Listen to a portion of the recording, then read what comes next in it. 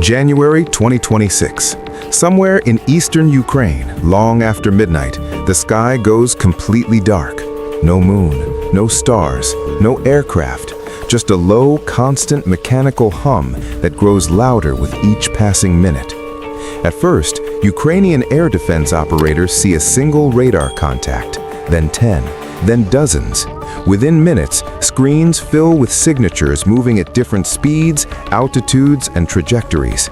Some are loud and crude, buzzing like lawnmowers. Others are nearly silent. Some fly straight. Others maneuver unpredictably. This is not a single drone strike. This is a coordinated saturation event, and it represents the most mature version yet of Russia's evolving drone warfare doctrine. From Moscow's perspective, this is not escalation, it is optimization. Russia is no longer trying to overwhelm Ukraine with expensive missiles or limited strike packages. Instead, it has embraced a cheaper, more sustainable method of imposing strategic damage: volume. Every night, waves of unmanned systems cross Ukrainian airspace, not to win a single battle, but to exhaust an entire defense ecosystem. This is not about one city or one power plant. It is about breaking the defender's ability to respond at scale. The structure of these attacks reveals the logic behind them. Roughly 60 to 70% of the platforms launched are Garan 2 one-way attack drones, inexpensive, long-range systems designed to strike fixed infrastructure targets. Another 20 to 30% are decoys, simple airframes with minimal electronics, no payload, and one purpose only: trigger radars, draw fire, and force defenders to expend interceptors. The remaining 10% are advanced systems, fiber optic guided FPVs immune to jamming, Lancet 3 loitering munitions capable of autonomous target acquisition, and ISR drones equipped with terminal phase AI guidance. These are not launched randomly, they arrive in layers. The first wave is designed to be seen. Decoys fly predictable paths, lighting up radar screens and forcing air defense crews to commit. The second wave follows closely behind, often carrying electronic warfare payloads designed to degrade radar performance and disrupt communications. Only after defenses are saturated and crews are fatigued do the real strike drones arrive, exploiting gaps created minutes earlier. This is not brute force, it is systems warfare. Ukraine's air defense network remains one of the most capable ever assembled under combat conditions. Patriot batteries achieve high interception rates against incoming drones. NASAMS and IRIS-T systems perform effectively at medium ranges. Gepard anti-aircraft guns shred dozens of targets per night at close range. On paper, this looks like success. In practice, the math is merciless. A single Patriot PAC-3 interceptor costs between $4 and $6 million. A Garan 2 drone costs between $20,000 and $50,000. Even when interception rates exceed 90%, the economic exchange still overwhelmingly favors the attacker. Short-range gun systems burn through ammunition after hours of continuous fire. Reload cycles lengthen, crew fatigue sets in, missile stocks shrink faster than they can be replenished. Russia understands this equation perfectly. That is why the swarms are getting larger.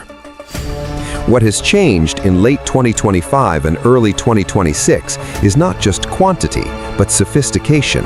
Newer Russian drones increasingly rely on onboard processing rather than continuous external control.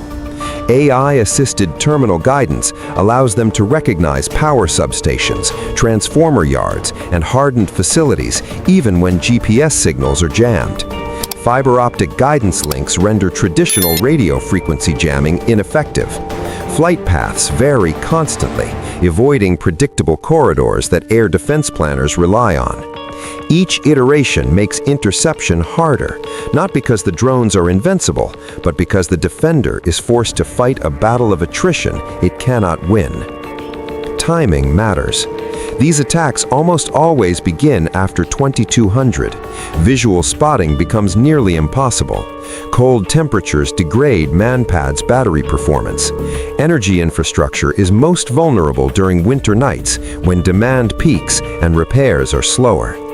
Every successful strike forces Ukraine to divert manpower to emergency repairs, generator deployment, and grid stabilization. Each diversion weakens the front line indirectly. This is the hidden objective of the campaign. Russia is not attempting to win the war with drones alone. It is attempting to make sustained defense economically and operationally impossible. This distinction is critical. The drone swarm is the visible manifestation of a deeper strategy, focused on exhaustion rather than breakthrough.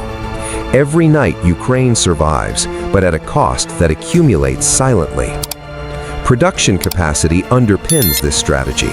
Garan 2 output is estimated between 5 and 7,000 units per year, with room to expand. Lancet production reportedly exceeds 10,000 annually. Decoy drones are almost unlimited, requiring only basic airframes and off-the-shelf electronics. This industrial reality matters more than performance specifications. Ukraine cannot shoot them all down. It can only shoot down enough to endure. NATO is watching this unfold with growing alarm. The lessons being learned over Ukraine's cities apply directly to alliance territory. The same drones that hit Kyiv tonight could hit Warsaw tomorrow. Yet most NATO countries lack dense, short-range air defense coverage across their civilian infrastructure.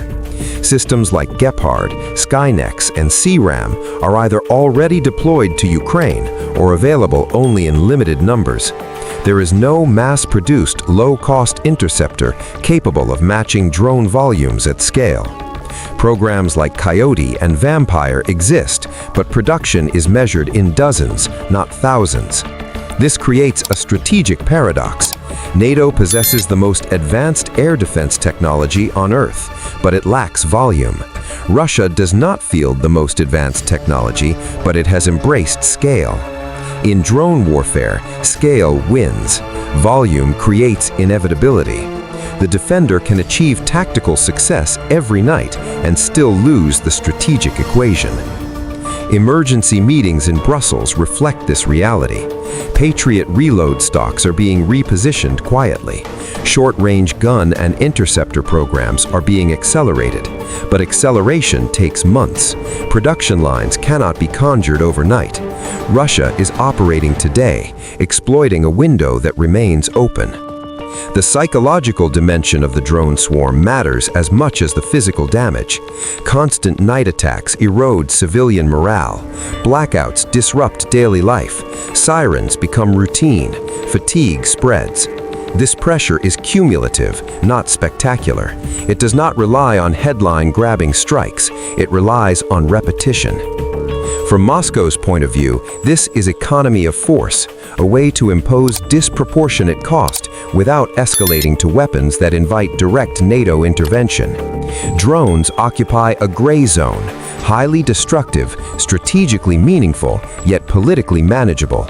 They allow Russia to maintain pressure indefinitely while forcing the West into an uncomfortable dilemma: spend millions to stop thousands or accept infrastructure damage as the new normal.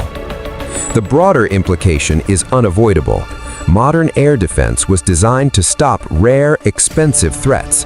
It was not designed to defeat mass-produced, disposable systems launched every night for months. The architecture is mismatched to the problem. Until that mismatch is resolved, NATO cannot stop this kind of warfare. It can only mitigate it. This is the lesson being written over Ukraine in real time. Not that drones are unstoppable, but that wars are no longer won by the most sophisticated technology alone. They are won by the side that can sustain pressure longer than the other can afford to respond. Russia has turned the drone into its most effective strategic tool, not because it is elegant, but because it is scalable. Every night, the swarms return. Every night, interceptors are fired. Every night, stocks decline. The gap widens, slowly, predictably, relentlessly. NATO understands the math. It understands the timeline. The only unknown is whether it can adapt before the economics decide the outcome.